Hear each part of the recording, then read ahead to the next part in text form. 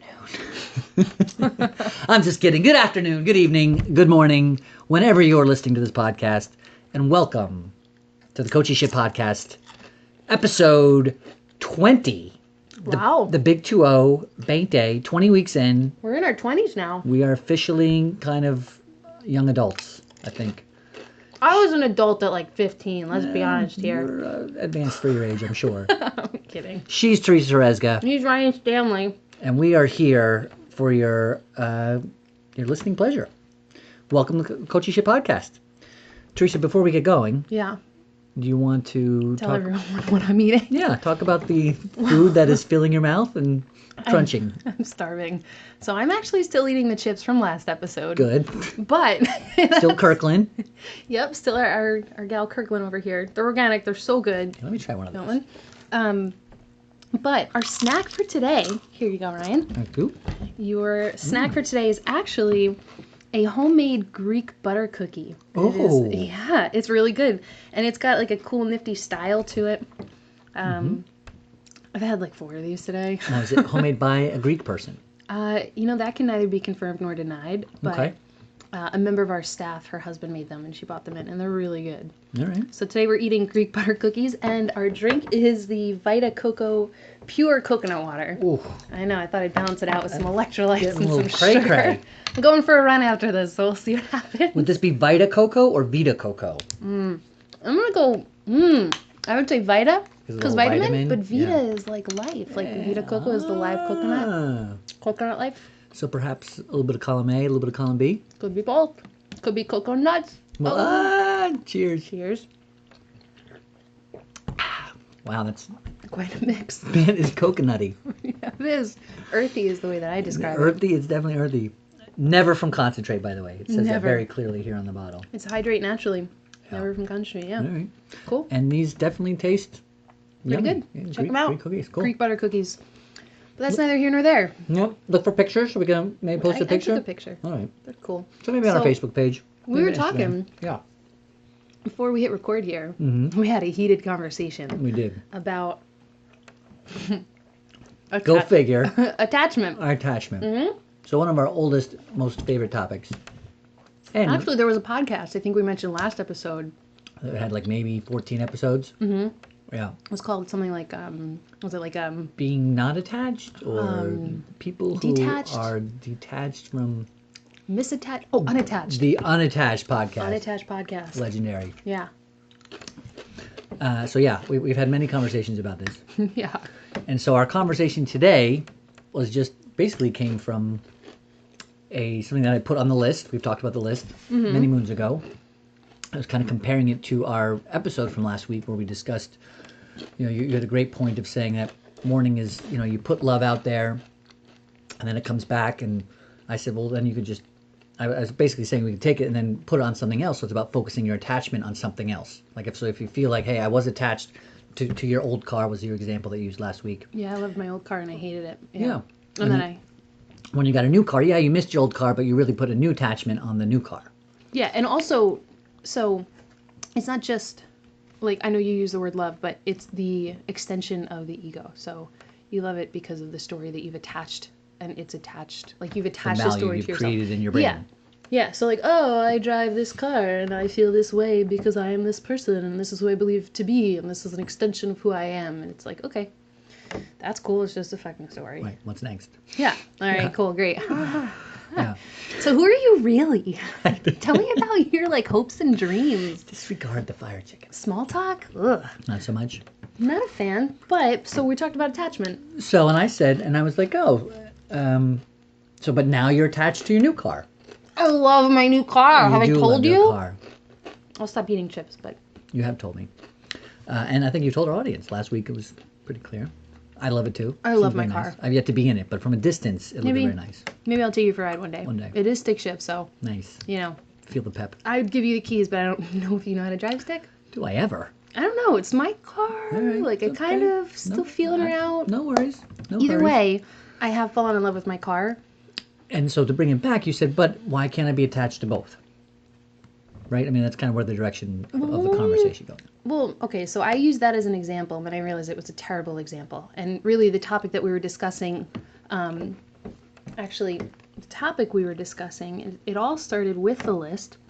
And on the list, I think, did I write this or did you write this? Does it matter? Number 3, I did. You did. It says rewire or shift the attachment to a preferred outcome based on information that tells you that your attachment is not serving you. This much detachment takes patience and persistence, but it's powerful. So basically, the idea is not to be attached to a preferred outcome. And I basically said, well, hey, why not be attached to every outcome? And Wait, just dial back. Actually, yeah. No, the point is to be attached to an outcome that serves you better. Oh, gotcha. From my perspective, it's like, okay, hey, I don't want to be attached to this anymore, because the more I'm attached to it, the more I feel loss or lack or inability or unpresent or whatever, because I'm attached to this thing that is not showing up for me.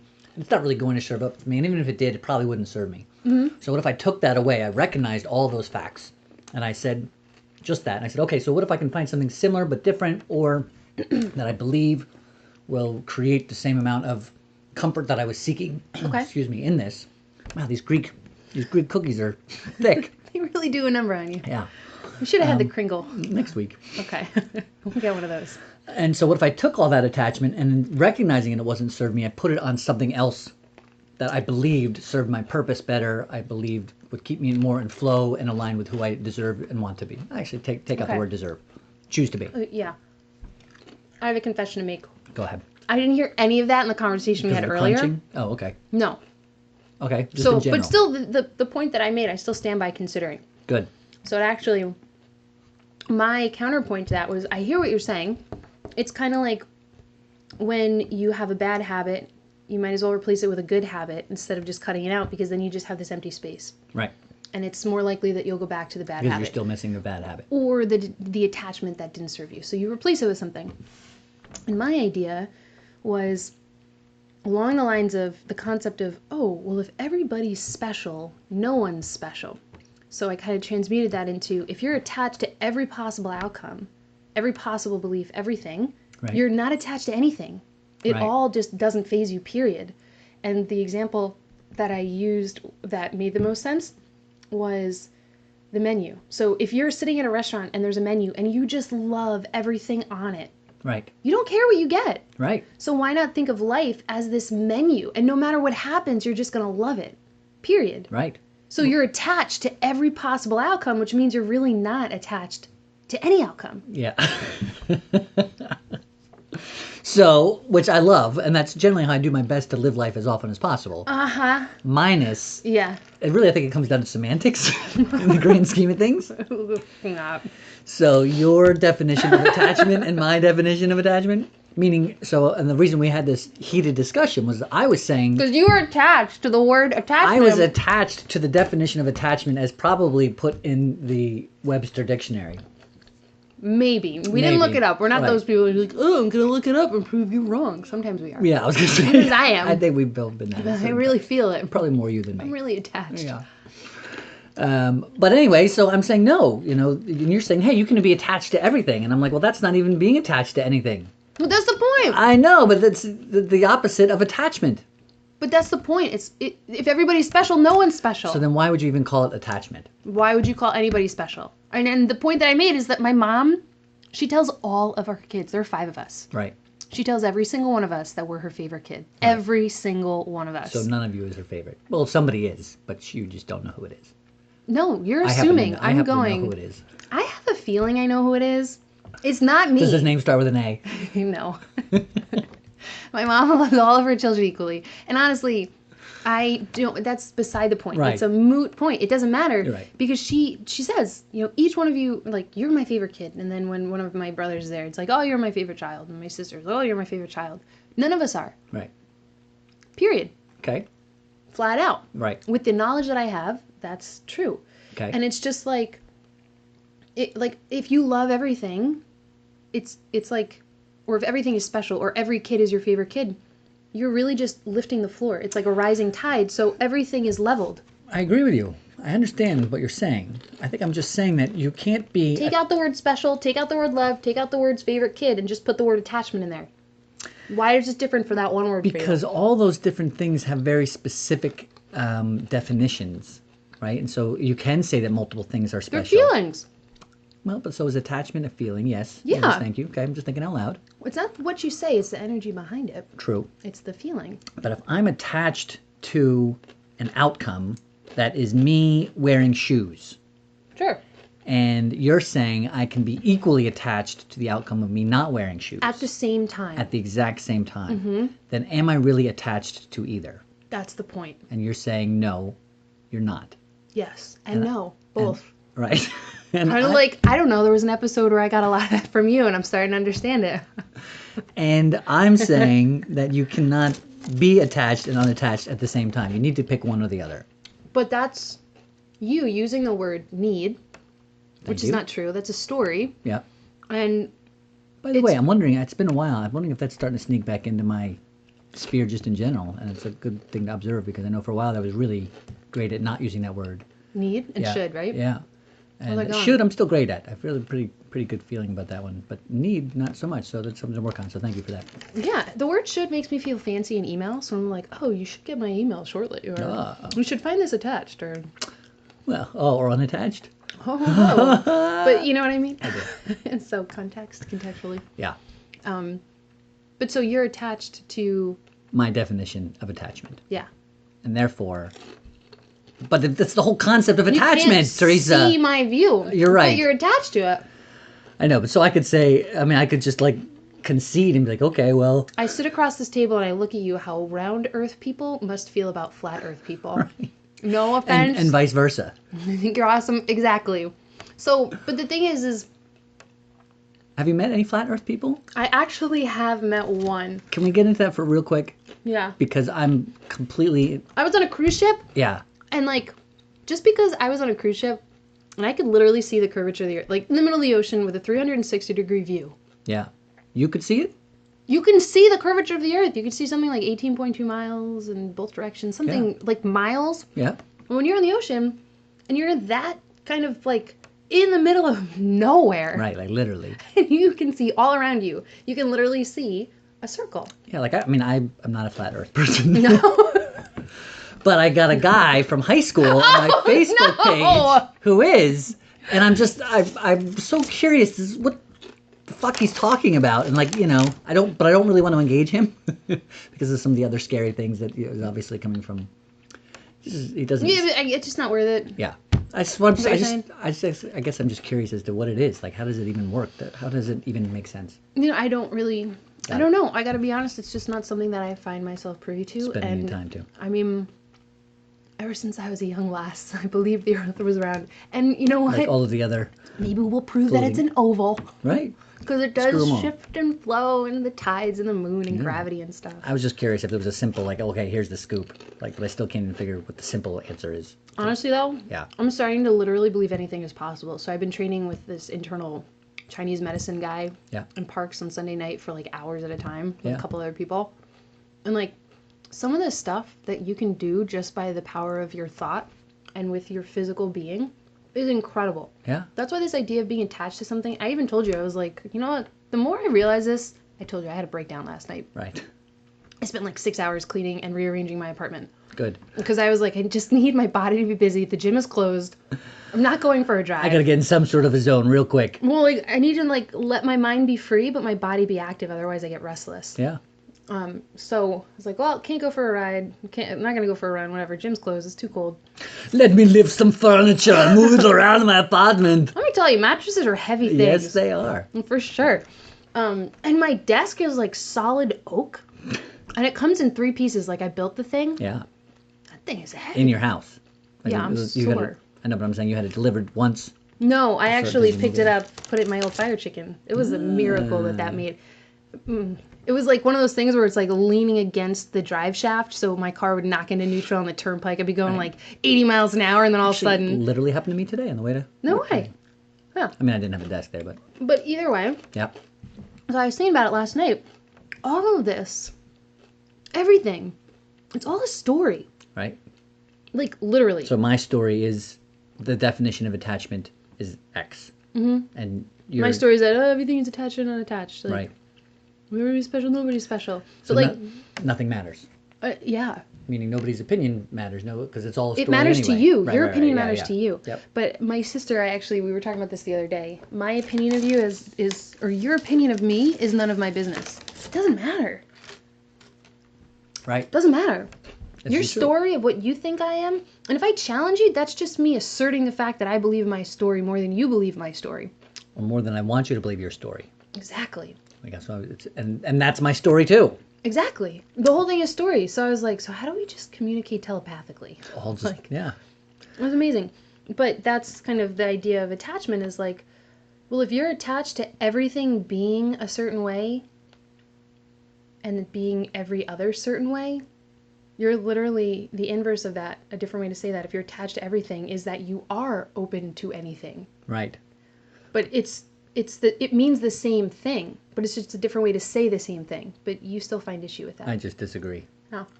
But I don't understand why you disagree.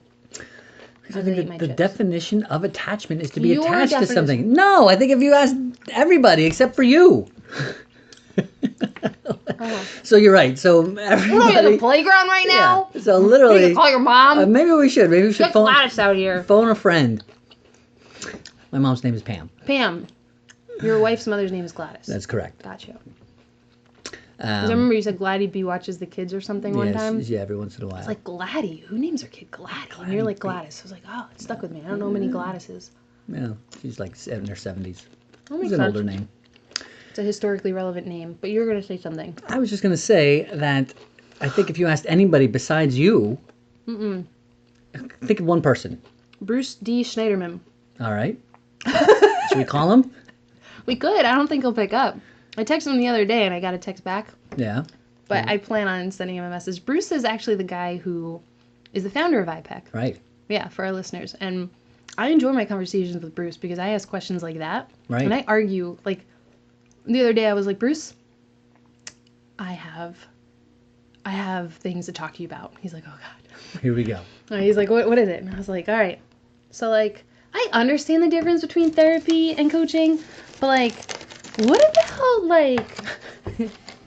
Ryan just took a sip of the coconut water and it shows all over his face. It's an acquired taste. No. It's not bad. It's just, it's unique. I'll drink more.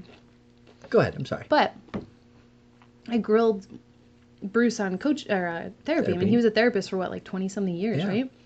And coaching. And I was like, there's so much. And I realized the difference between coaching and therapy for me. To my understanding, to an extent. So there are other things, but this is one branch off of the tree of the difference. Yep. Is that when you believe your story, but you no longer want to believe your story, or it just doesn't fit for you anymore, that's when people get a coach. Okay.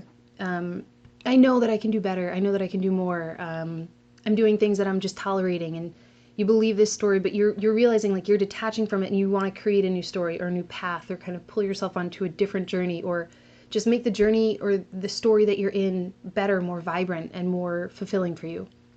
Whereas I feel like therapy, on some levels, in my experience, is that, you believe your story so much that you're stuck in it. And it's not, it's not like, oh, you're stuck in the story of like being a housewife and, kids and two-car garage and whatever. It's like you're stuck in the story of sadness or depression or guilt or grief or mourning. Yeah. So therapy moves to like just help you work through your own story. It's like you have to read the whole book, whereas coaching, you can kind of just rewrite the book. Right. That's the after effect of something like therapy, so you have to go through the whole book and like really understand, holy shit, this is like the life that I feel like I'm living. That's the therapy. I feel like that, but I mean, I like that a lot, actually. It made a lot of sense to me, but I was talking to Bruce a lot about ego and why people believe the shit that they do, or like how I can have an experience with somebody and they have like a totally different interpretation of what just happened. Right. I'm like, were you there? Does that mean? Like, is your ego protecting you by telling you that that is what happened? Like, I don't get it. So Bruce is the person that would agree. I mean, you asked me. So I told you. He would agree that you're attached to the definition of attachment. I'm not disagreeing with that. As much as my question wasn't, would Bruce say that? As much as my question was, would he say that attachment is the exact same thing as the opposite of attachment. Okay, so you're taking two words that are antonyms and you're pitting them against each other. In context, if you are attached to everything, then you are attached to nothing because there's no value. It's a moot point. But so then are you attached to everything? No. But then, so then it becomes not each individual thing that you're attached to. I stand by my statement, sir. As much as it is that I'm attached to the concept of everything. Or just... Like that everything is everything. So I can be attached to everything as a solid noun. Like everything is everything. Every possibility, eventuality, and future occurrence that is yet to be decided or occurred. Right. You are attached, which makes you therefore unattached. There you have it, people. 20 minutes in. I don't know if you figured it out. I don't know. I'm going to say that I haven't. No, are we cutting this off? No, I'm just... I was we gonna can. say. I don't know. Before we started this, you said, Theresa convinced me. And I said, I don't want to convince you. I just want you to see it from that perspective. Yeah.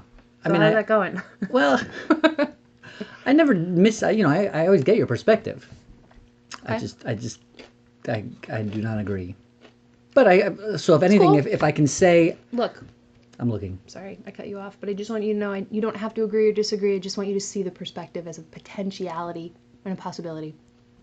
But you were It hurts the brain a little bit. That's cool. That's what I'm here for. Yeah, I know. I got you covered. I'm going to buy you a helmet. One that's like really soft on the inside. Spiky on the top? Yeah, I like the spiky We don't want to draw any more attention to what's going on over there. Right? I don't want people to see this. No. This awesomeness. You were going to say something, though. I apologize for cutting you off. I don't recall what it was. Apparently you weren't attached enough to it. I was not. I think I would just say that I'm not seeing... I'm just not agreeing. So I asked Bruce. Go ahead. Bruce, I said... Bruce, I texted... I'll read you verbatim what Bruce said. Well, do you ever... Just now you did? Would you stop with the coconut water? I'm trying to just be attached to drinking this coconut water, and it's disgusting. It's not that... Guys, it's not that bad. It's, No, if you like coconut water, it's delicious. It's not disgusting, you're right. It's just... It's earthy. It surprises me every time. There you go. It's a surprise. However you want to have the experience. Thank you. But I said, quick one for you. What is the emotion of absolute passion? I thought you were going to say you sent him the text about this. No. No. We could have had a response already, but if you'd sent it. I'm being engaged here. All right. I'm trying not to split engagement. I appreciate that. Presence. Yeah. So I said, yeah, what's the emotion of absolute passion? And I thought I was being clever, right? So if you look at the energetic self-perception chart, which kind of, it's an IPEC thing, breaks down consciousness, awareness, self-perceptiveness into 7 levels. And each one has a core thought, core emotion or feeling, and core action. So I was looking at it and I was like, at level 7 right there, the core emotion / feeling is absolute passion. Right. And I was like, well, what is the emotion of absolute passion? Like, I don't, like, it's not like, I'm so absolutely passionate to be here. Right. Like, I was driving yesterday and I just broke out into absolute passion. Right. You know what I mean? So I was like, I don't get this. So I texted Bruce, and this was at a decent hour. It was like 4:30 a.m. p.m. Yeah, good. Because every once in a while, That is a decent I hour. can't sleep and I need answers. Right. So there's that. But, and he texted me back almost exactly an hour later. Literally almost an hour later, like a minute off. And he says... Literally 59 minutes later. And actually, he probably started it... Never mind. Go ahead. No, I'm pretty sure he's like one of those, as you text, he answers. He's very on top of things, I feel like. It's an example for me. Tell a bad joke. Go ahead. Oh, gosh. Thank you for not. Yeah. If it came in like an hour, 1 minute later, I said maybe he started it on the hour, and then by the time he got it, it was a minute later. I don't know. Okay. But basically, what is the emotion of absolute passion? And I thought I was being clever because I was like, okay, so on the perceptive chart, it says emotion / feeling. And I was like, okay, you can have the feeling of absolute passion. It's like a whole experience, in my opinion. But so what's the feeling of that? So I like split it. I was like, all right, so I get like the feeling part. So what's the emotion behind that? And I was like, so what is it? And he writes back, I hate these answers, but I love them. He writes back all of them. So all the different emotions. Everything. Yeah. It's like happiness, joy, pain, sadness, anger, grief, bliss. ecstasy, ecstasis. It's all of that in one. And I was like, holy shit, that makes sense, right? Because if you think about it, so a 7th level kind of thing, like IPEC language, it's 7th level or level 7. But really, it's like being in the zone. And there are tons of books about it. Absolute passion, like those kinds of things. There's a book on how to actually create those states. There's a couple of them. I think Waiting for Superman is one, and the other one is Catching Fire. Are you going to ask me if I've read either of them? Okay. Ryan, have you read either of those? No, I haven't. Yet. Okay, so I still haven't finished Catching Fire, but it's all about that. Oh boy. When you finish Catching Fire, let me know. I will. Because I'll put you out. I'll teach you how to catch it. Oh, it's contagious. But basically, they talk about all these different flow states and everything. And even, what's his name? Deepak Chopra. He has a meditation that I did. It's like a 30-day meditation. And I still go back and dip into it every once in a while. And he talks about absolute passion as unbounded awareness. And it's unbounded focus, really. So it's like, okay, so how can you be unbounded and focused at the same time?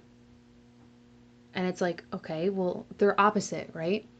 So when you think about absolute passion, how can you be absolutely passionate but happy and sad and grief-stricken and peaceful and blissful and ecstatic all at the same time? Right. It's because it's everything and nothing all at once. Yeah, but it's because it's everything, it's nothing. Because you have everything, there's nothing to compare it to. Because we as human beings understand the world through comparison and context. Right. So if you have everything, you have nothing.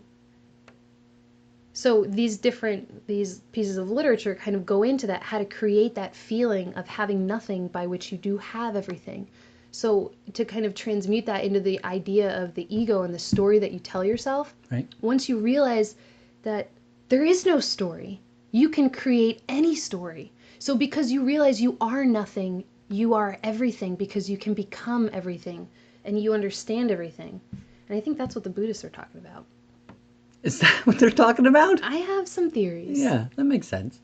Well, I have a thing that one of my I am statements is, at any given moment, I can look at the world through the eyes of God. Meaning, taking the idea of what everything around me is just everything and nothing. It can be nothing. So similar to that. I feel like when I take a moment to do that, it's kind of what you're speaking of. It's, it is that just awareness of everything and nothing. But it's like this idea that almost then nothing has value, and we've talked about this, nothing has meaning unless the meaning that you give it. There's no purposefulness unless the purpose that you give it. And a lot of times purpose, meaning, and direction come from what you've lacked. So, like, maybe you didn't get enough love as a kid. So... Maybe. So people have kids because they want to give their kid love. Or, yeah. That's a really kind of dumb and simplistic example, but that's a habitual sense of purpose. It's like something I didn't have one thing. You always see, like, people, I want to give my kid a better life than I had. I just want to give my kid better than what I had. And it's like, all right, well, that comes from a place of lack. Right. So what really is the purpose here? Yeah. Or just different. Just you're going to create it? Like, what's the thing? Yeah. Or different than I had. You're right. Yeah.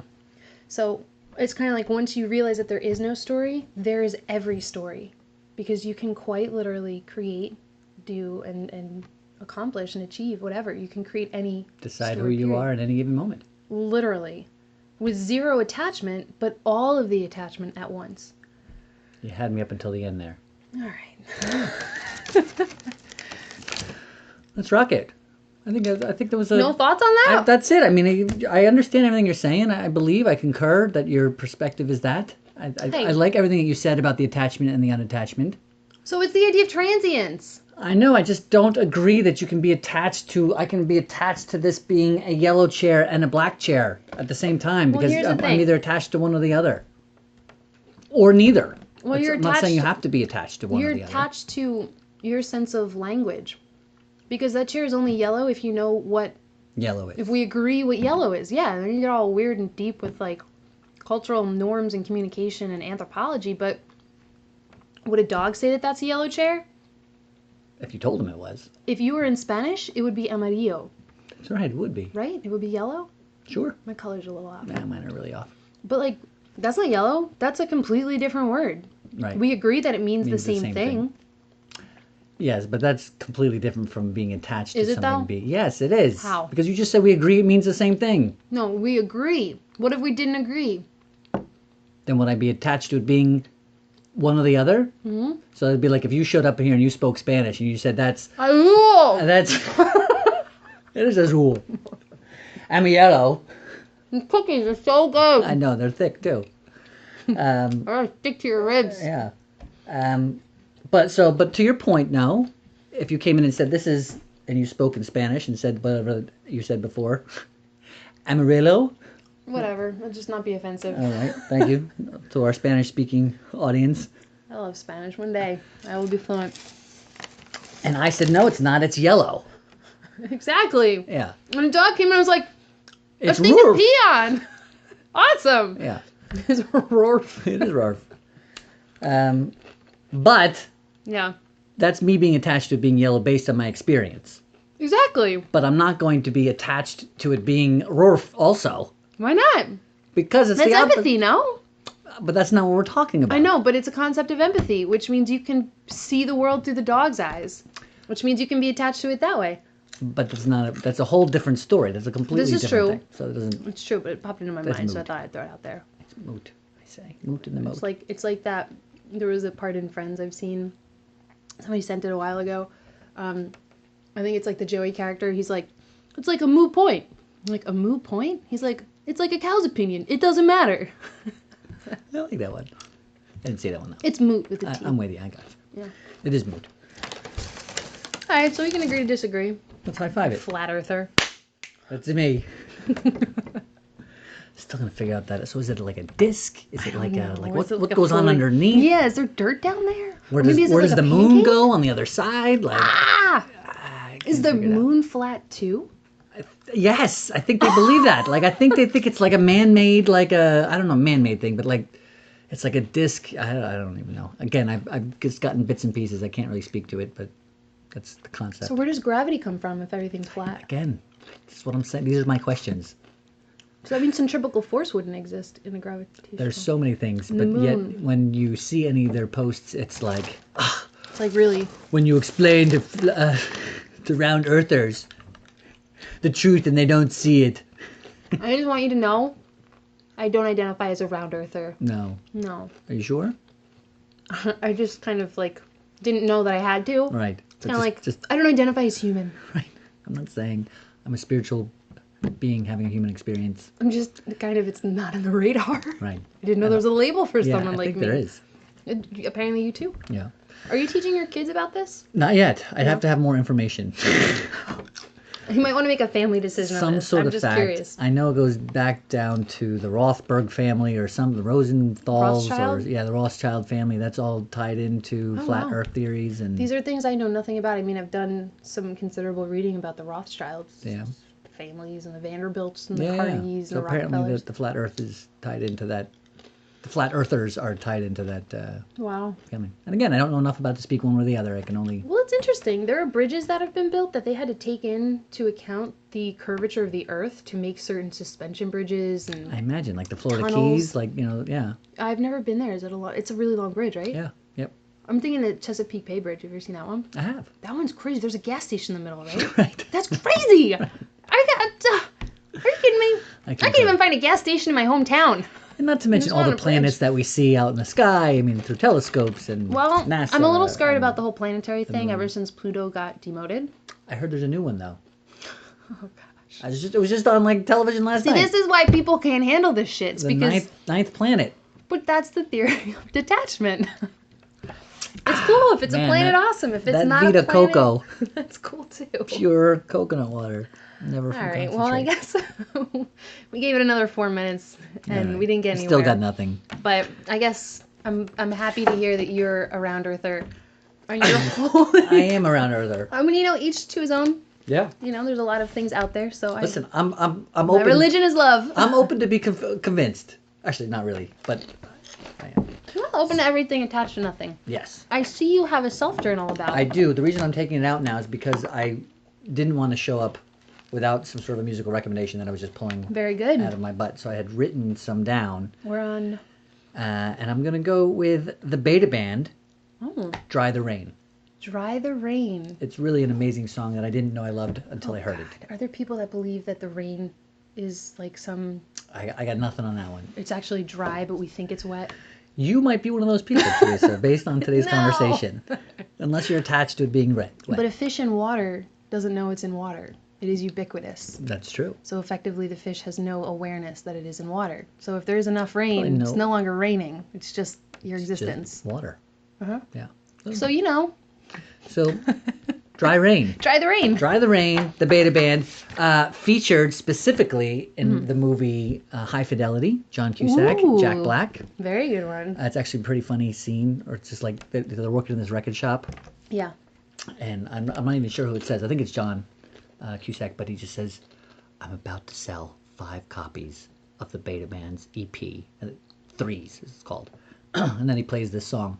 And all of a sudden, you start seeing people kind of groove and rock and throughout the record store, and the people who are working, they're all kind of looking at each other. And someone's like, "Hey, man, who is this?" You know, and it's Jack Black. He's like, "Beta Band." He's like, "It's good." He's like, "I know." It's Jack Black. Anyway. But anyway, it's like one of those songs I heard for I literally, and I was that same guy just from a distance, not even from watching the movie. Like, it came way. online, and I heard it, and I was just like, I love this song. It's the first time I've heard it, and I love it. Words That's or no awesome. words. So I'll put it in the comments on our Facebook page. Check it out. Randomly. Please. Speaking of Jack Black, he did that movie School of Rock. Yes. So I was driving the other day and I realized there's a School of Rock down the street from me. Really? It is a place where kids go to learn musical Yeah. instruments. They're all over the place. I didn't know that was a thing. I thought that was really cool. It was a thing before the movie. I have no doubt. Yeah. There's a big one in New York City. In case you're interested. Cool. Yeah. That's awesome. All right, on that note, episode 20. Flat Earth, Jack Black, attachment, Talking about unattachment. Therapy was good. We Feelings. covered quite a bit today. Ego, Bruce, texts. Life is good. Vita water, Vita water. Vita water. It's all good. It is good. Greek butter cookies. Check them out. Those are really good. They were pretty good. Awesome. Call IPEC, ask for Wendy. She'll She'll hook you up. She'll hook you up with the Greek cookies. Or maybe not. Probably not. She doesn't cook. No, she does accounting. She's pretty awesome, though. Yeah, she is. High fives all around. Whoosh, everybody. Whoosh. We'll see you next time. Wait. Oh, He's Ryan Stanley. she is definitely Theresa Herezga. This Thank is you the for Coachy Shit reminding me. podcast. Yes, it is. Whoosh.